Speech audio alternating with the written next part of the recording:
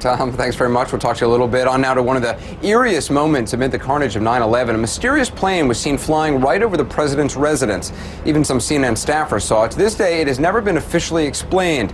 Tonight, Chief National Correspondent John King has new details about this great 9/11 mystery.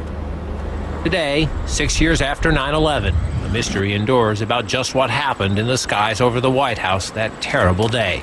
A plane flew right over it. But why? And what was it? For conspiracy theorists, the image is a gold mine. Go back to that morning. Suddenly, an orderly evacuation of the White House turned hectic.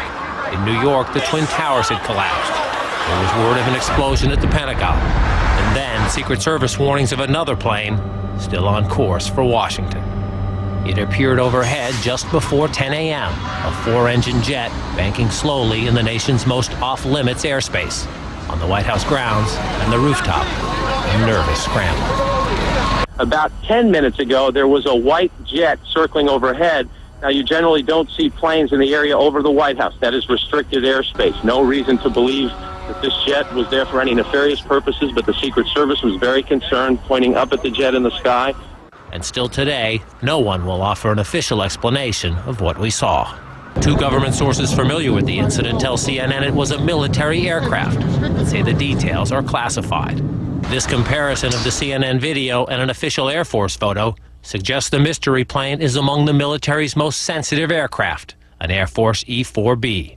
Note the flag on the tail, the stripe around the fuselage, and the telltale bubble just behind the 747 cockpit area. There are many commercial versions of the 747, obviously, that look similar, but I don't know any of them that have the communications pod like the E-4, the Air Force E-4 does behind the cockpit. The E-4B is a state-of-the-art flying command post, built and equipped for one reason: to keep the government running no matter what, even in the event of a nuclear war. The reason it was nicknamed the Doomsday Plane during the Cold War.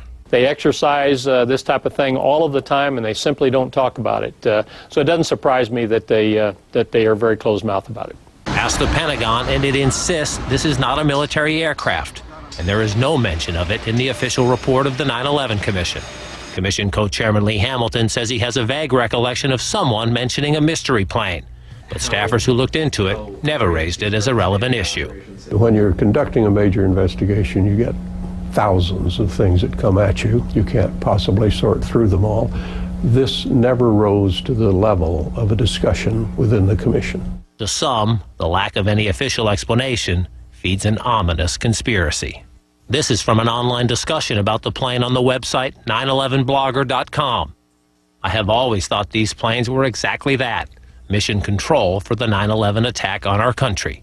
9/11 Commission co-chairman Hamilton calls such talk ludicrous. We, of course, heard the conspiracy theories about the president ordered the attack and the Defense Department was involved. We saw absolutely no evidence of that. But 6 years later, the Pentagon, the Secret Service, and the FAA all say they, at least for public consumption, have no explanation of the giant plane over the president's house, just as the smoke began to rise across the river at the Pentagon.